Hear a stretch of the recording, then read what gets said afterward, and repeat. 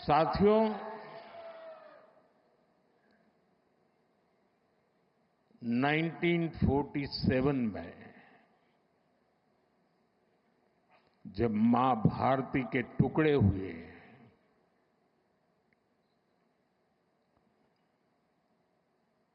कटनी चाहिए थी तो जंजीरें, लेकिन काट दी गई भुजाएं।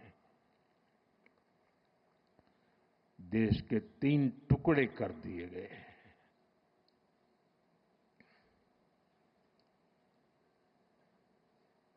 और उसी रात पहला आतंकवादी हमला कश्मीर की धरती पर हुआ।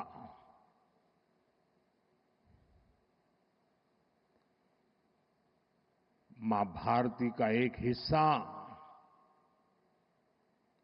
आतंकवादियों के बलबूते पर, मुजाहिदों के नाम पर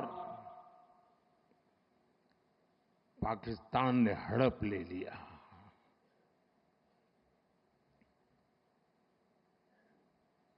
अगर उसी दिन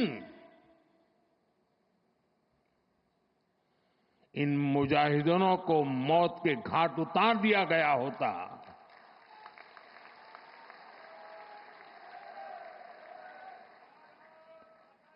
और सरदार पटेल की इच्छा थी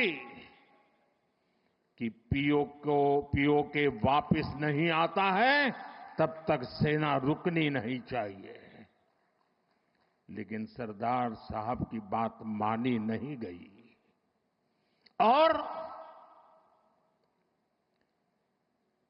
ये मुजाहिदीन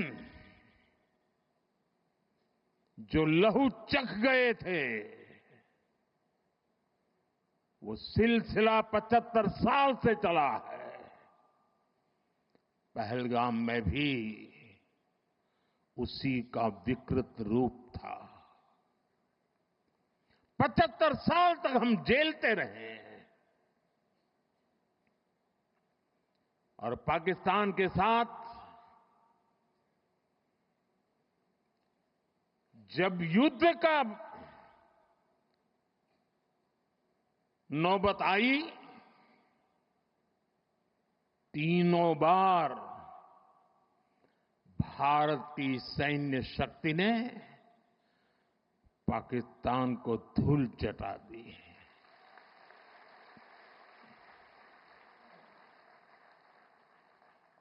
और पाकिस्तान समझ गया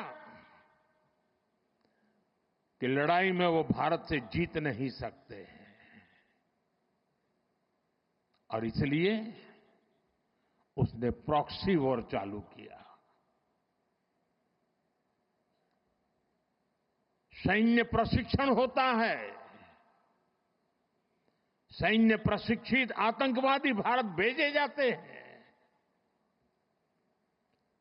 और निर्दोष निहत्थे लोग, कोई यात्रा करने गया है, कोई बस में जा रहा है, कोई होटल में बैठा है, कोई टूरिस्ट बन के जा रहा है, जहां मौका मिला वे मारते रहे, मारते रहे, मारते रहे, और हम सहते रहे। आप मुझे बताइए, क्या ये अब सहना चाहिए? क्या गोली का जवाब गोले से देना चाहिए? ईंट का जवाब पत्थर से देना चाहिए? ये कांटे को जलमुर्द से उखाड़ देना चाहिए?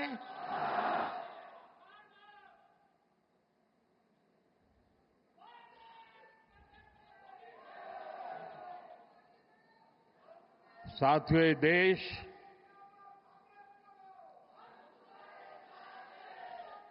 उस महान सांस्कृतिक परंपरा को लेकर के चला है, वसुधैव कुटुंबकम।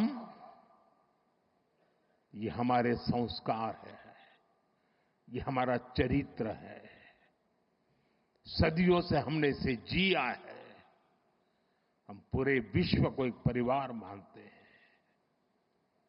हम अपने पड़ोसियों का भी सुख चाहते हैं, वे भी सुख चैन से जिए, हमें भी सुख चैन से जीने दे।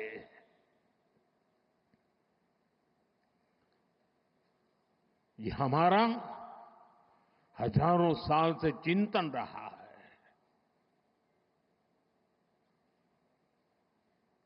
लेकिन जब बार बार हमारे सामर्थ्य को ललकारा जाए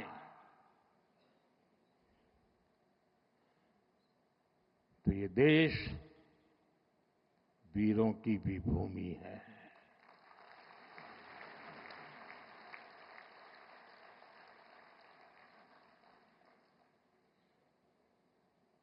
आज तक जिसे हमें प्रॉक्सी वॉर कहते थे,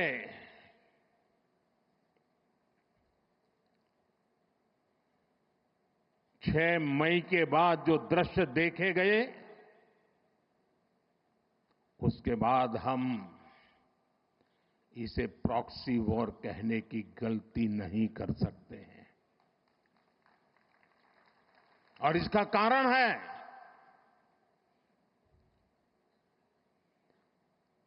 जब आतंकवाद के 9 ठिकाने तय करके 22 मिनट में, साथियों 22 मिनट में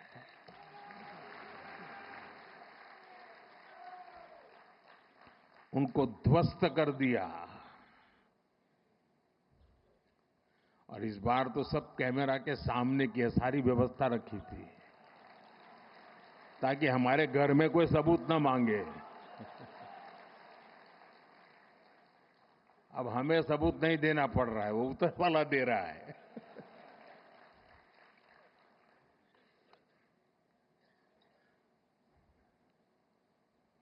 और मैं इसलिए कहता हूं अब ये प्रॉक्सी वॉर नहीं कह सकते इसको, क्योंकि जो आतंकवादियों के जनाजे निकले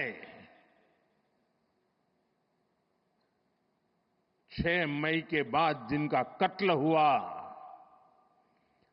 उस जनाजे को स्टेट ऑनर दिया गया पाकिस्तान में। उनके कॉफिन पे पाकिस्तान के झंडे लगाए गए, उनकी सेना ने उनको सैल्यूट दी। ये सिद्ध करता है कि आतंकवादी गतिविधि ये प्रॉक्सी वॉर नहीं है, ये आपकी सोची समझी युद्ध की रणनीति है। आप वॉर ही कर रहे हैं तो उसका जवाब भी वैसे ही मिलेगा।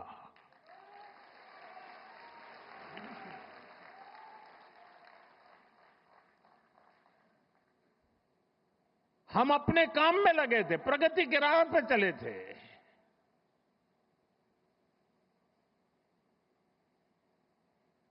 हम सबका भला चाहते हैं और मुसीबत में मदद भी करते हैं।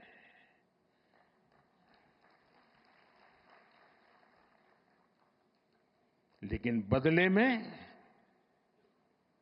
खून की नदियां बहती है।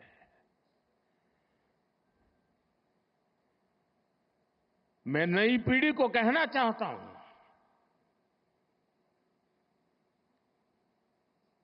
देश को कैसे बर्बाद किया गया है। 1960 में जो इंडस वाटर ट्रीटी हुई है, अगर उसकी बारीकी में जाएंगे तो आप चौंक जाएंगे। यहां तक तय हुआ है उसमें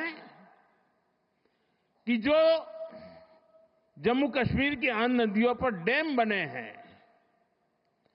उन डैम का सफाई का काम नहीं किया जाएगा, डिसिल्टिंग नहीं किया जाएगा, सफाई के लिए जो नीचे की तरफ गेट है वो नहीं खोले जाएंगे।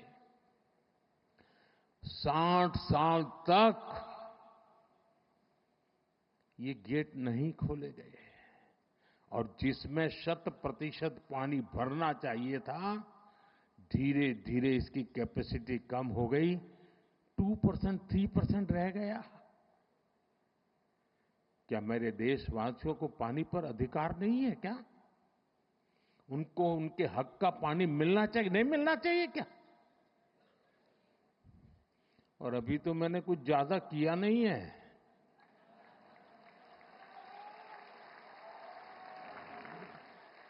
अभी तो हमने कहा है कि हमने इसको एबेंस में रखा है, वहां पसीना छूट रहा है। और हमने डैम थोड़े खोल करके सफाई शुरू की। जो कूड़ा कचरा था वो निकाल रहे हैं। इतने से वहां फ्लड आ जाता है। साथियों, हम किसी से दुश्मनी नहीं चाहते हैं।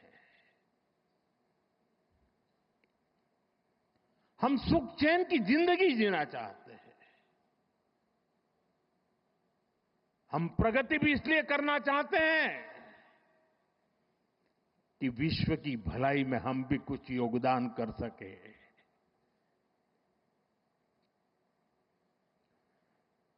और इसीलिए हम एक निष्ठ भाव से